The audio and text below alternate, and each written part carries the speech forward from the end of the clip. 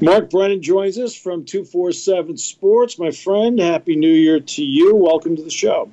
It's great to be here, Steve. Happy New Year, and spent many a day in Skokie when covering Northwestern stuff. A fine little suburb there of Chicago. Yes, it is. Absolutely. All right, Mark, so let's get to, obviously, coming out of the game. Let's start with this. What kind of depth do you think there is now in the program? Because some guys did play that don't normally play. Yeah, I mean, I think it was a good thing. I mean, it would have been nice had they not been in a situation where they couldn't play guys like Kobe King and Budden. But those guys, the thing that I think you have to realize is beyond the game, they got a lot more practice reps. Well, you don't have to realize that. You know that. But people listening may not realize it. So to me, Steve, it was more than just the game. The game was important, but that entire week of practice where guys were able to step up. And you were at practice, and I'm sure you saw some of what I saw when I was there, and I don't think I'm revealing any secrets, that even some of the veteran players who had played a lot maybe weren't seeing as many reps so they could get some of the younger guys action. So I think that was absolutely invaluable given the number of players who are moving on. All right, so now you have to move forward from all of this, Mark. So in moving forward for them, obviously some moves have been made. Sean Clifford's coming back. P.J. Mustafer's coming back. I felt the season turn when both of them got hurt against Iowa. What do you think each means on each side of the ball? I think it's as well with P.J., obviously. I mean, he's a first-team All-Big Ten or whatever he was performer, whatever award he won. When you think that he only played half the season, I think that tells you how much all the other coaches and media people really respected what he did. But I think on both sides of the ball, Steve, those guys were two of the strongest leaders.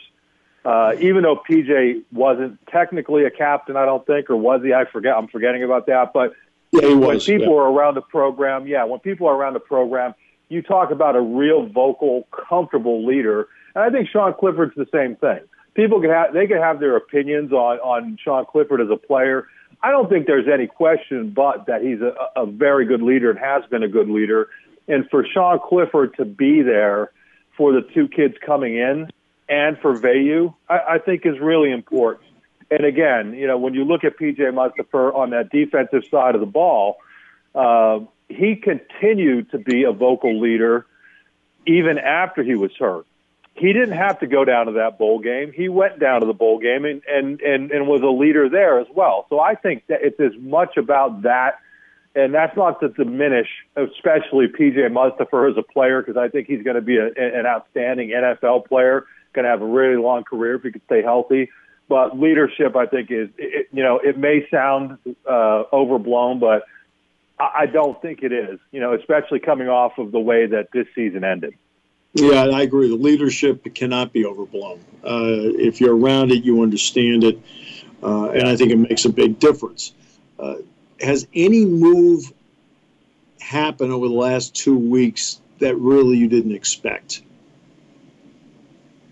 In terms of guys leaving or a coach change, anything like that? Has anything happened you didn't really expect? I mean, obviously the Lord thing, that week kind of came out of left field for me, but that's about the only one. Yeah.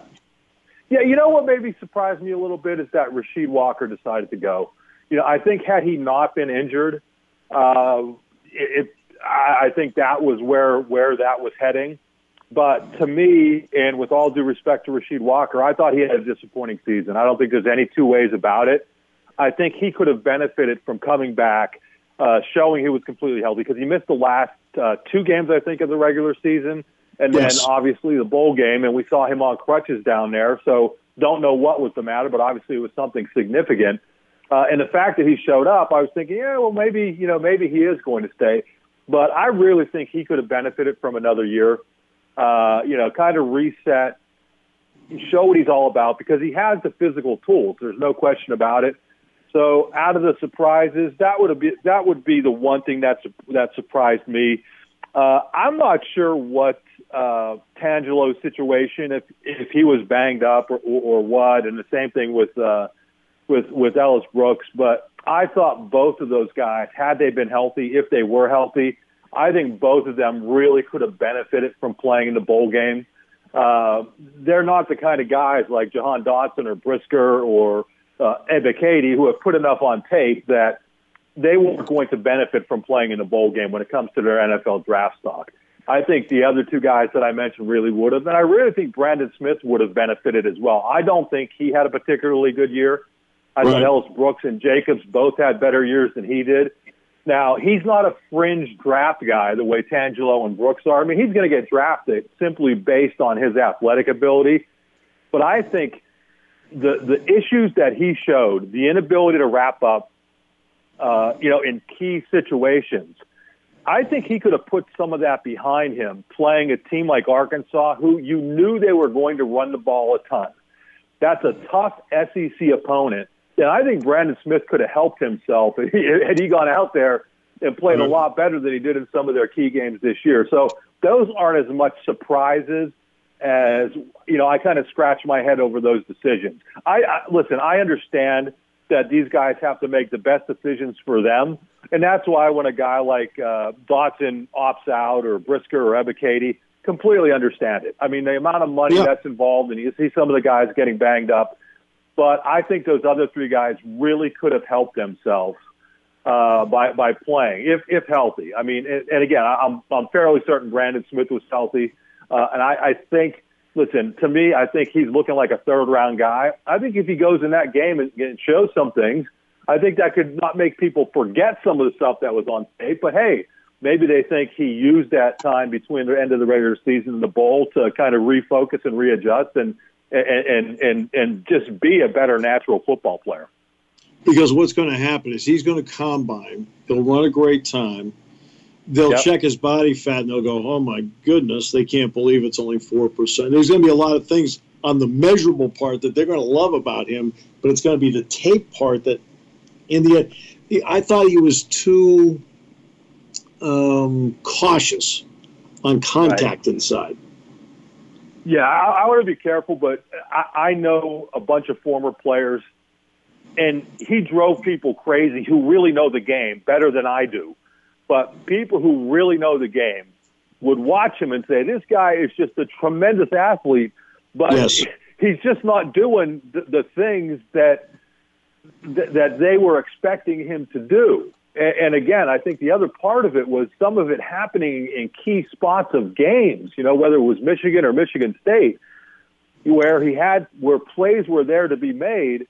And listen, I know we were really spoiled by Micah Parsons because obviously he was operating at a level of the all-time great Penn State linebackers. He was operating at the level of the Shane Collins and LeVars and Jack Hams and Sean Lees and Paul Posluszny. I'm sure I'm missing somebody, but he was operating at that level. So maybe we were spoiled. But I just think there were plays there that were there for Brandon Smith to make that he didn't make. And listen, he's only 20 years old. Right. He doesn't turn 21, I think, till April. So maybe some of the NFL teams will give him a little bit of a pass. But that only goes so far. I mean, they are looking for guys. I often said if Brandon Smith had Ellis Brooks's instincts, you would be looking at a Micah Parsons type of player. But that's why Micah Parsons is so special, because he has both of those things, and not many people do. But even if you don't have it to that level, I just think he could have shown some things, and that could have helped him, maybe bump him from a third up to an early second rounder. But, people are all over the place with him. My thought is he's going to be a third-round pick. And I will be surprised if he goes much higher than that. You're right. He's going to kill it at the combine, but it's going to be hard to get away from that tape. And that's why I thought he could have put more good tape out there against an Arkansas that's going to run the ball. This wasn't some pass-happy team. Everybody knew Arkansas was going to run the ball, and you were going to be able to show what you can do. And he decided not to do it. So, hey, listen, it's his decision, and I'm sure I wish him nothing but the best, but I do scratch my head over that. So that brings me to the next part. They know, obviously, they've picked up a quality wide receiver in the transfer portal. Positionally, what do you think Penn State needs to pick up in the portal to strengthen the team? Obviously, I think I think they're at the point, and Andy Frank said this after signing day, that you want to try to get at least one quality offensive lineman every year. And why is that important? Because unlike you can bring in a freshman receiver, or you could bring in a freshman running back, or you could bring in a freshman defensive back or even a linebacker, and they can contribute immediately. It is very difficult to bring in a true freshman or even a redshirt freshman offensive lineman and hope that they're going to perform at the level you need to perform in the Big Ten. So being able to get one or two linemen in the portal, guys who have played a lot of football every single year, I think is going to be big not only this year, but every year. And I think you're going to see offensive linemen become a really, really, really valuable commodity. And listen, you can never have too many pass rushers, obviously. What's the situation with Adisa Isaac? I mean, hopefully he's going to be fine. We saw him at practice. I'm not sure how much he was doing, but he was around the team. And if he comes back, that's like an extra bonus for you, because I think he would have been an outstanding player for them this year. But I think there's still a little bit of a question mark is, sometimes guys get banged up and they come back and they're not quite what they were. And this was a guy who was still hadn't reached, his top level. So I still think he has a high upside, but I would not be surprised if they try to get another pass rusher in that portal as well. I think in the secondary, they're in pretty good shape. Running back, obviously, with who they have and who they're bringing in, they're fine. Quarterback, I think, had they not gotten two quarterbacks in this class, I think that would have been somewhere where they may have looked. And obviously, Clifford coming back helps that. So I think otherwise, if you're able to get players who are good fits, it's a luxury. But I think offensive line and pass rusher are the two key. And maybe linebacker. I should have thrown that out there. I think being able to get a linebacker who could perform at this level would be helpful as well. Yeah, and I'll say this one thing quickly. 2 quick points. Number one, out of spring practice, the starting defensive line was Ebiketie, Isaac, Tangelo, and Mustafa. I didn't see any of those guys on Saturday. And and then as for Sean Clifford, you're trying to avoid what happened where the reins were going to go from Darryl Clark to Pat Devlin, and it never happened. And I think by Clifford being here, it makes a far more seamless transition to a younger quarterback, because in 2010 they were forced to go with a younger quarterback instead of being allowed to wean him. I think that makes a big difference. Yeah, and I think people are assuming that Clifford is going to be the starter, but I really do hope that they make it an open competition, and let's see if any of these kids could push him. Now that's a big if, because he's played a lot of football and he's a captain and all these things. But let's, to me, if I'm the coaching staff, I say let's open this thing up, start with a blank slate, and see how it goes. Are they going to do that? I don't know. But I think give the guys the opportunity. Again, that's a big uphill climb for any of those young guys. But give it a shot. The one thing I would say about Sean Clifford in that bowl game is there were plays there for him to make, and he didn't make them. And, sooner or later, and they weren't difficult plays. I mean, what should have been a touchdown to Theo Johnson, that wasn't like it was a tough play. No. So he really has to get more precise. I would also, though, Steve, give him, I think being in the same system for a second straight year, for the first time in a long time for him, is going to be a big thing. I think that's going to be really helpful to him, being under Yurcich for the second year. I think it's going to be very helpful for the program. The one thing that I would say, and I wrote this and I stand by it, is that I do think if you look at the offensive issues with the team the last couple of years, the last few years, the one common denominator is you have the head coach who plays a role in it. And I don't know what the exact dynamic is, but I think James may have to take a step back and figure out what isn't quite clicking in his dynamic with the OC. I don't know what it is, but I think that's something that he has to address. Now, knowing him and knowing how self-critical he is and how he self-scouts and how intelligent he is, I think that's something that he was probably realized. Not probably, he did realize it way before I ever did. But I think there's something in that dynamic that has to be smoothed out, because when there's an issue with multiple, and I don't want to say an issue, but when things aren't quite clicking with multiple offensive coordinators, I think you have to take a look at the common denominators, and I think he's got to adjust kind of what his input is in the dynamic between him and the OC.